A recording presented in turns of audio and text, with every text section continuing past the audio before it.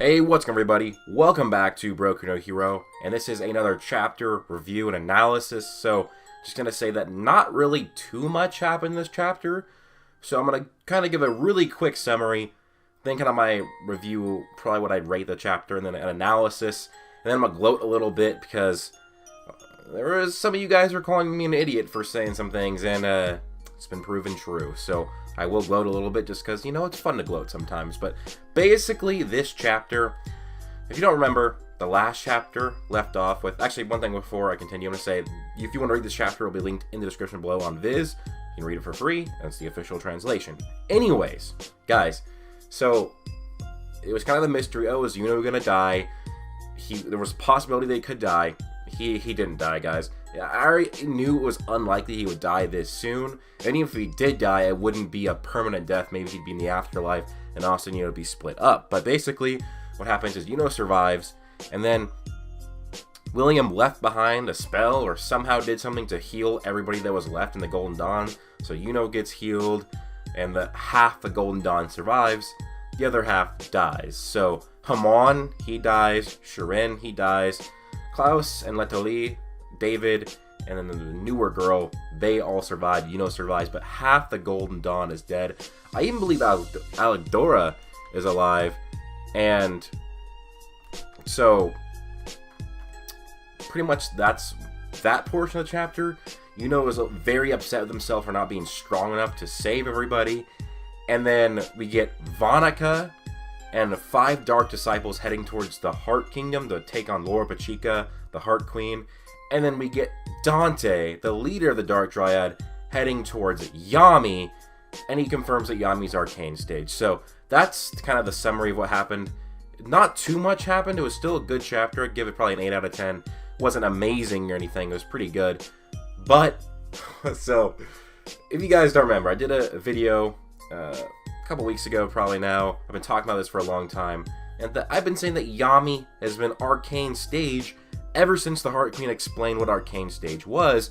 That's because if you read the context, that means that that Yami's Arcane. So Dante confirms it, that Yami's Arcane. And this is amazing, because I had the Black Clover Reddit Discord of people calling me an idiot, saying I was spreading misinformation for saying that Yami's Arcane. And apparently they were doing weekly reminders that I was wrong or whatever. I got in Twitter debates. People in my own YouTube comments were calling me an idiot. Guys, I was right all along, and I knew it. I knew this was going to happen. Again, it's just a little gloat. I'm not going to be like, cocky you, I'm so much smarter than you. I'm not. It's just, if you read it, you can see that Yami's Arcane based on the context of how Lord Pachica worded everything. So Julius and Yami are Arcane. And so yeah, I'm just going to give a little gloat. I was right. Yami's Arcane. I know most of you guys did agree with me. There was a sizable portion of people who disagree with me, but that's fine. We had a little debate, friendly debate. I'm not going to hate you if you disagree with me. I'm not even going to hate you if you call me an idiot, you know? Sometimes you get passionate over things, and it'll cloud your judgment. But anyways, so I was right about that. One more thing I was right about. I know some people will call me an idiot for saying that there was going to be more Norse mythology references, and, well, this chapter's a 2-for-1. This is a twofer, because there's an Yggdrasil reference in this. I just did a video a few weeks ago about William and Yggdrasil, and we finally get the ultimate connection. You know, we had the World Tree magic, we had other Norse things like Mistletoe, and now we have Yggdrasil directly mentioned with William. So, another Norse reference, like I've been saying that there's going to be more and more of these, and they just keep happening, and one of the greatest things in Norse mythology is the Yggdrasil, the World Tree, and now William's captured, and he's Arcane, which makes sense because it's World Tree or Yggdrasil. So, another thing. So, if you guys want to keep calling me an idiot for things I say, you know, a lot of times I'm proven right, especially if I make it an actual claim. Like, I made a claim that it's likely Aso's going to get a spell, he gets Black Divider. Made a claim that Yami is Arcane, just based off of how things are worded. Yami's Arcane. I say that there's going to be more Norse references, there's more Norse references. I'm not right every time, but I am right a lot, but people still call me an idiot. And even when I make these fun fan theories, people still call me an idiot, even though they're fan theories. Anyways, let's get back to the chapter. So, basically, one thing I want to talk about is we get this image here of Yuno going through despair, looking at the sun, I'm assuming. Could be the moon.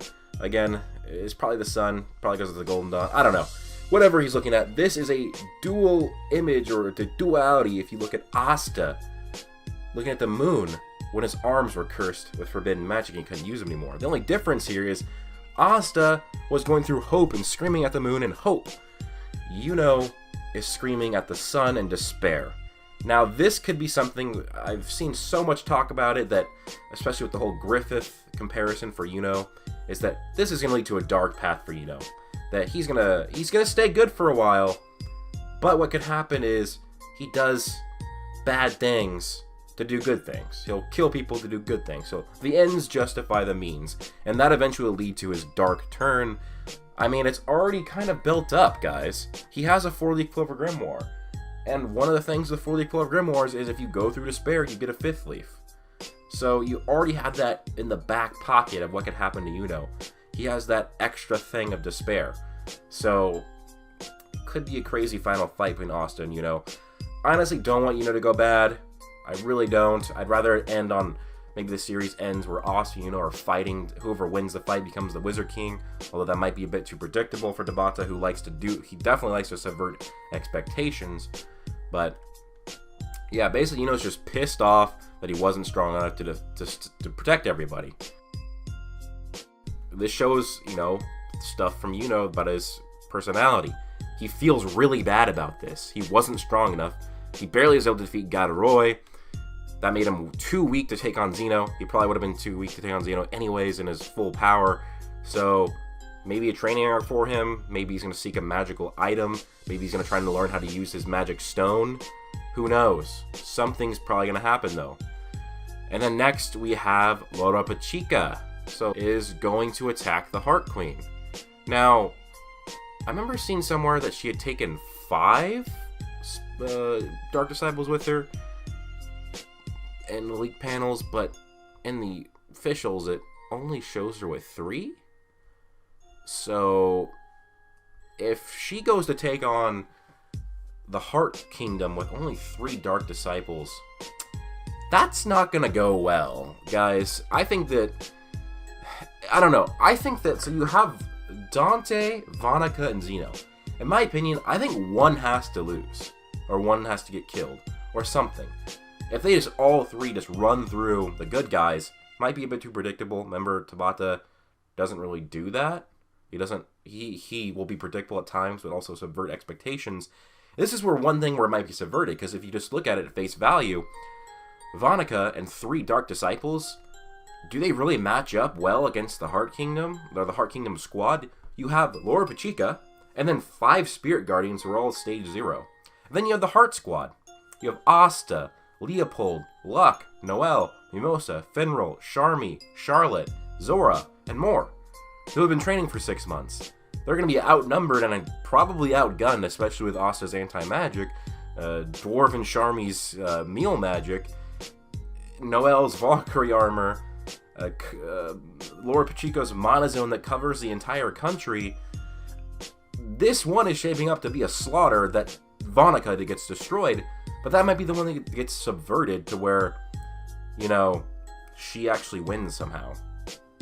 And the next matchup is Yami Sukehiro versus Dante. Now, Dante's going after Yami because Yami is Arcane stage, which, again, I kind of gloated about earlier. Yes, Yami's Arcane, his Dark Magic's Arcane. It's pretty obvious, as stated by Laura Pachika earlier on in the series. But, so this is the one that people are super excited for. People are saying, oh, this is the pay-per-view fight. And I think that's probably true. Now, I think that this, either way, whoever wins this fight, Dante or Yami, it's going to be close. I really do think that. And I'm a big Yami fan, so to say that Yami could lose, it's kind of going out there. But you have to remember, guys, Yami has monozone now. We don't know how much he's been training for the past 6 months. He has arcane magic that's good for combat. He has Dimension Slash, Black Hole, and all of that. And he has Ki, so he has enhanced reaction times. Now, so this is what I mean, we already have Xeno winning. Either Vanica or Dante, in my opinion, are probably going to lose. I have a feeling for that.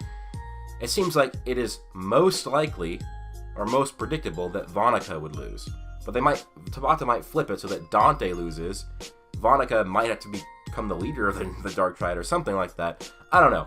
I don't know if I can see Yami being captured. I think he'd die fighting over being captured. And this leads to what Black Bulls are going to be around him. We know that Asta, Noelle, Finral, Luck, Zora, and Charmy, some of the best Black Bull members, are all gone. They are all over in the Heart Kingdom squad. So, right at the bat, you know, some of his best members are there. If the entire Black Bulls are there with Yami, in my opinion, they would just wash Dante. It'd be no contest. But when you're missing everybody, it's going to change things up. And so they still have Vanessa, probably, if she's there. And if Dante does go confront them at the Black Bull's base, so that fate manipulation is going to help. Henry, going to help. Gauche's Mirror Brigade could help. This depends on where everybody's at, or if it's just going to be a 1v1 fight with Yami. Now, this is something I'm excited for. Unfortunately, we have to wait 2 weeks for the next chapter, so we're going to be kind of at a cliffhanger what's going to happen with Yami here. We don't know if it's going to be Vanica fighting next chapter, or Dante, or it's going to go kind of both in each chapter. The first half of the chapter is Vanica, second half is Dante. We don't really know. I just really think that this fight should not be off-screen like Williams, because that would just be dumb in my opinion. It's Yami, Sukehiro. If he gets off-screen, killed or defeated, that's going to be dumb, because he's a character who is known for this epitome of power. If we don't see him get defeated, it's just not going to feel as good. It's not going to feel as scary or as despairing, because we won't see him get defeated. We'll just know he got defeated. We don't know what he'll be thinking during the fight if he's off screen. I don't think he's gonna be off screen. I really don't. And so yeah, it's just kind of like, oh, can he survive? And this leads me to thinking maybe Yami will be losing to Dante, and then the Black Bull's vice captain will show up. And you'd have to imagine that Yami, if he picks a vice captain, you know, he or she, they're gonna be a Chad or a Chad-S. They're gonna be boss. What I've been talking about for a while, what I'm hoping for, is kind of fit with the theme of the Black Bulls. I want like a cowboy archetype character, or a cowgirl, somebody who's an outlaw. Maybe they have gun magic or Wild West magic or something like that, where they can create lassos, create horses, create guns, create Gatling guns, stuff like that. That would kind of fit the theme, although it might be a little bit weird for Black Clover. But then again, there's been weirder things. Anyways, so yeah, I think that might happen. That's one possibility. Yami might be losing to Dante, then the vice captain will show up. And then we just do have to talk about maybe Yami's gonna die here.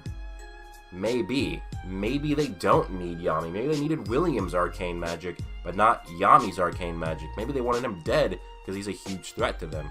That would be a crazy moment for the Black Clover series if they kill off Yami. I've talked about it before. If Yami dies, I want Asta to take his katana and imbue it with anti-magic. And what I think would be really cool is if Asta, with this katana with anti-magic, got so mad that he actually destroyed the grimoire of the person who killed Yami. That'd be the ultimate cucking, the ultimate defeat, to just destroy somebody else's grimoire. If it's possible. Don't know really for sure, but again, it is anti-magic, grimoires can be made of magic. It's just something he's never really tried before. So yeah, that's kind of probably it for my chapter review. One thing I do want to talk about is that we see Dante looking towards this wall of either ice or crystal. Could be crystal, because it does look like it's connected to the earth, although it could be ice. I can't really tell. It's manga, but it's just wondering. It's tough. It's tough. Like, why do they need the arcanes? Why do they need the arcanes? Do they want to kill the arcanes? Do they want to use their power? One thing with, you know, what's really common in stories where humans make deals with devils is they end up regretting it, wanting a way out. If arcanes are effective against devils, maybe the Dark Triad wants out of it. I know that's not very likely. They seem to be, you know, bad, but then again, we do get confirmation that Zeno is possessed by a devil. Basically, in almost every instance where you're possessed by something, you're not in control. So we might not even be seeing these humans, the Dark Triad. Maybe the Dark Triad, these were all good people before. They were possessed by a devil, or they made a pact with the devil just because they wanted power. We don't know. They could be regretting it.